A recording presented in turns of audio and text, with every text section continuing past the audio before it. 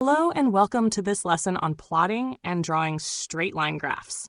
By the end of this lesson, you will be able to identify different methods for drawing straight line graphs. You will understand how to use tables, equations, gradients, and intercepts, and you will be able to apply rearranging and intercept methods to draw graphs accurately. Let's get started. We will explore 5 powerful methods you can use to draw straight line graphs accurately and confidently. First, we will learn how to plot a graph from a table of values by calculating coordinates and placing points carefully. Next, we will use the equation y equals mx plus c, where we identify the gradient and y-intercept directly. Then, we will look at gradient methods using rise over run to build the line step by step. We will also explore rearranging equations into the correct form so they can be graphed more easily. Finally, we will use intercepts by finding where the line crosses both axes, allowing us to draw the graph quickly.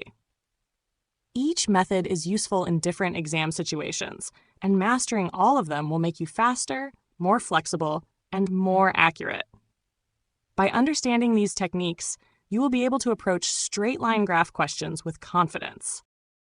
Now let's look at how to plot and draw a straight line graph using a table of values.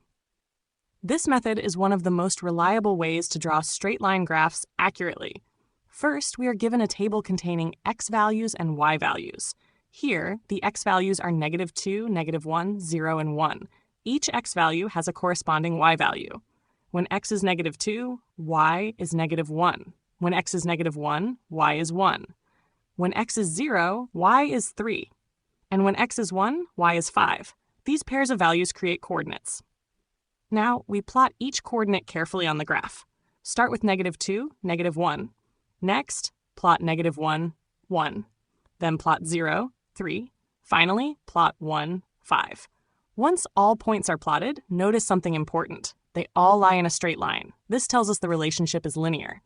Now, use a ruler to draw a straight line passing through all points. Make sure the line is smooth and extends in both directions.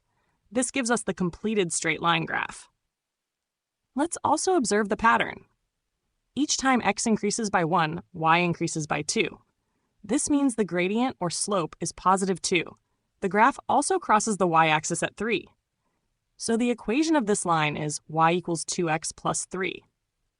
This method is especially useful in exams because it helps reduce mistakes. It allows you to plot accurately, and it clearly shows how equations connect to graphs. Now let's look at how to plot and draw a straight line graph using the equation y equals mx plus c. This is one of the most important forms of a straight line equation in GCSE Maths. Here, m represents the gradient, which tells us the slope of the line, and c represents the y-intercept, which tells us where the line crosses the y-axis. In this example, the equation is y equals -x plus 4. This means the gradient is -1, so the line slopes downward from left to right. And the y-intercept is 4, so the line crosses the y-axis at +4. Now let's generate some points. We choose simple x values such as 0, 2, and 4. First, when x equals 0, y equals -0 plus 4, which gives us 4. So our first point is 0, 4. Next, when x equals 2, y equals -2 plus 4, which gives us 2. So our second point is 2, 2. Finally, when x equals 4, y equals -4 plus 4, which gives us 0. So our third point is 4, 0. Now we plot these coordinates on the graph. 0, 4, 2, 2, and 4, 0. Once the points are plotted, we draw a straight line through them. Notice how the line slopes downward evenly. This reflects the negative gradient. So using y equals mx plus c allows us to quickly identify the gradient directly from the equation. Now let's explore another powerful method for plotting straight line graphs: gradient and rearranging. Sometimes equations are already in the form y equals mx plus c, but other times you may need to rearrange them first before graphing. Let's begin with gradient. In the example y equals 3 over 2x minus 1, the gradient is 3 over 2. This means for every 2 units we move across, we move 3 units upward. This is often called rise over run. Rise means vertical movement. Run means horizontal movement. So from one point on the line, move 2 across and 3 up to find another point. This gives us an accurate way to build the line without calculating many coordinates. The y-intercept here is -1, so the graph starts at 0, -1 on the y-axis. From there, apply the gradient. Move 2 units right, then 3 units up. Plot the next point. Repeat if needed, then draw the straight line. Now let's look at rearranging. Suppose the equation is 4x plus 2y equals 12.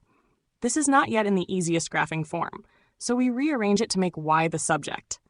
First, subtract 4x from both sides. 2y equals -4x plus 12. Then divide everything by 2. Y equals -2x plus 6. Now the equation is in y equals mx plus c form. This tells us the gradient is -2. The y-intercept is 6. So we can plot the point 0, 6 first, then use the gradient to draw the line. This method is extremely useful because many exam questions present equations in unfamiliar forms. Now let's learn how to plot a straight line graph using intercepts. This method is quick, efficient, and especially useful when dealing with equations in standard form. In this example, the equation is 2x plus 4y equals 16. To use intercepts, we find where the line crosses both axes. That means, first, find the y-intercept by setting x equal to 0. Substitute x equals 0 into the equation. 2 times 0 plus 4y equals 16. So 4y equals 16. Divide by 4, y equals 4. This gives us the point 0, 4. So the line crosses the y-axis at 4. Next, find the x-intercept by setting y equal to 0. Substitute y equals 0. 2x plus 4 times 0 equals 16. So 2x equals 16. Divide by 2, x equals 8. This gives us the point 8, 0. So the line crosses the x-axis at 8. Now we have 2 key points, 0, 4, and 8, 0. Plot both points carefully on the graph, then draw a straight line connecting them. And just like that, the graph is complete. This method is powerful because you only need 2 points. It avoids creating large tables of values, and it works especially well for equations not already in y equals mx plus c form. Now let's dive into some exam-style practice questions. You can pause the video and try yourself. We are asked to draw the graphs of 2 equations on the same set of axes. Let's begin with the first equation, y minus 2 over 4 equals x. To graph this easily, we first rearrange it into the familiar form, y equals mx plus c. Start by multiplying both sides by 4. Y minus 2 equals 4x. Then add 2 to both sides. Y equals 4x plus 2. Now we can clearly identify. The gradient m is 4. The y-intercept c is 2. This means the line crosses the y-axis at positive 2. So our first point is 0, 2. Next, use the gradient. A gradient of 4 means for every 1 unit across, we move 4 units up.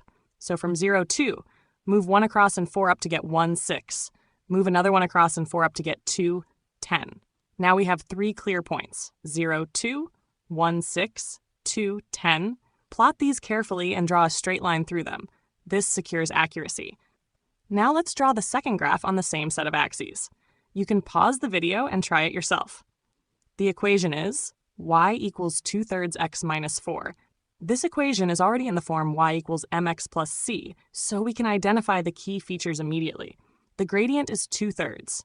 This means for every 3 units we move to the right, the line rises by 2 units. The y-intercept is -4. So the line crosses the y-axis at 0, -4. Let's begin plotting.